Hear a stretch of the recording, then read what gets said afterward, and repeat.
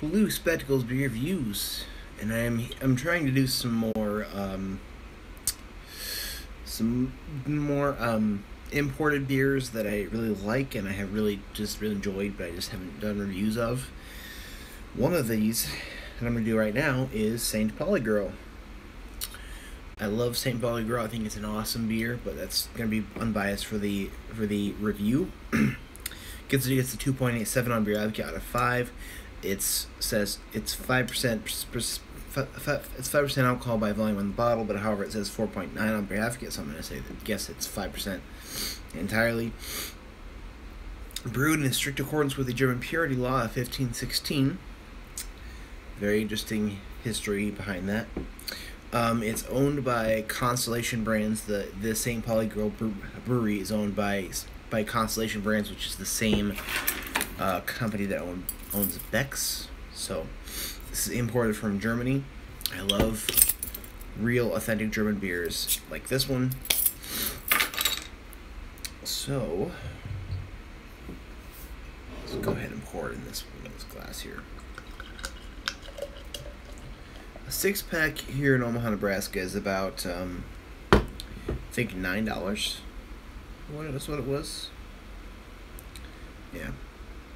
So we do have a green bottle here, which means that we could have the possibility of the light coming through. The reason why most beers are brown bottles is because to prevent light from coming in and spoiling the beer, essentially. That's the main issue with green or clear bottles. However, there are some companies who can have a beer in a green or a clear bottle and still have it stay unspoiled, whether it be a certain ingredient that they use, or they have a certain kind of glass that they use, or whatever they do to make it the green bottle, or to keep the clear or green bottle and still have it stay not spoiled. Heineken, I think, is a beer that sometimes it doesn't. It's fine. Sometimes it's not in the green bottle. Stella Artois is another one.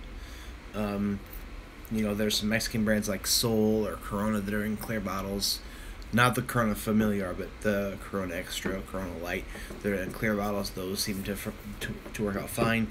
So with that pour, we had a bigger head, but it kind of went down. We kind of have a little bit of nice lacing here.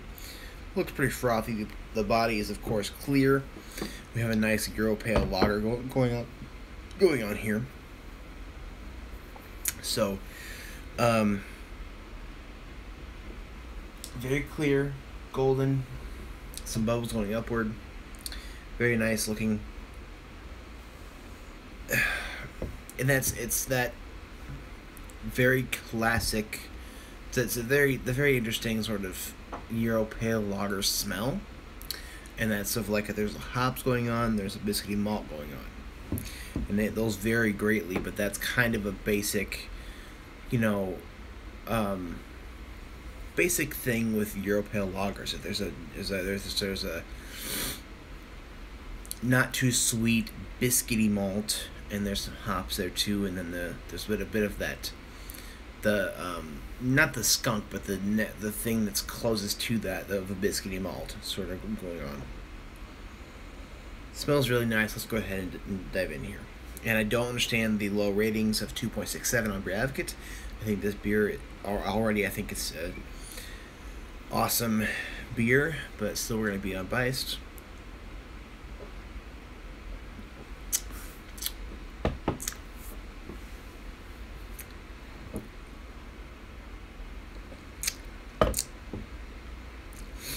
So,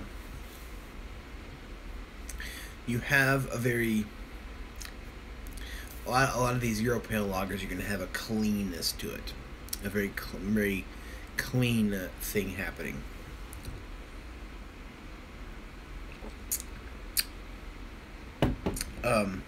You have some hops that come into the play here, which is very nice. Other than that, there's a crisp biscuity malt going on there too. And that's kind of like the basic thing for Euro Pale lagers. Not to say that every kind of Euro Pale lager is the same thing, but that's kind of the basic format of the basic taste. I mean, of course, they do vary. Like, personally, I like Kronenbourg 1664 better than St. Pauli Girl, but those are two different beers, I guess. One's German, one's sort of like one is French, pretty much.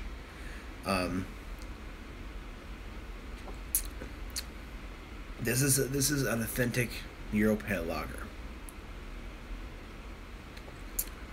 which is fantastic.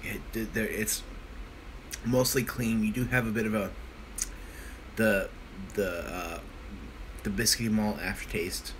It's a bit of an aftertaste, which is not bad. It's kind of faintly there, not too bad at all.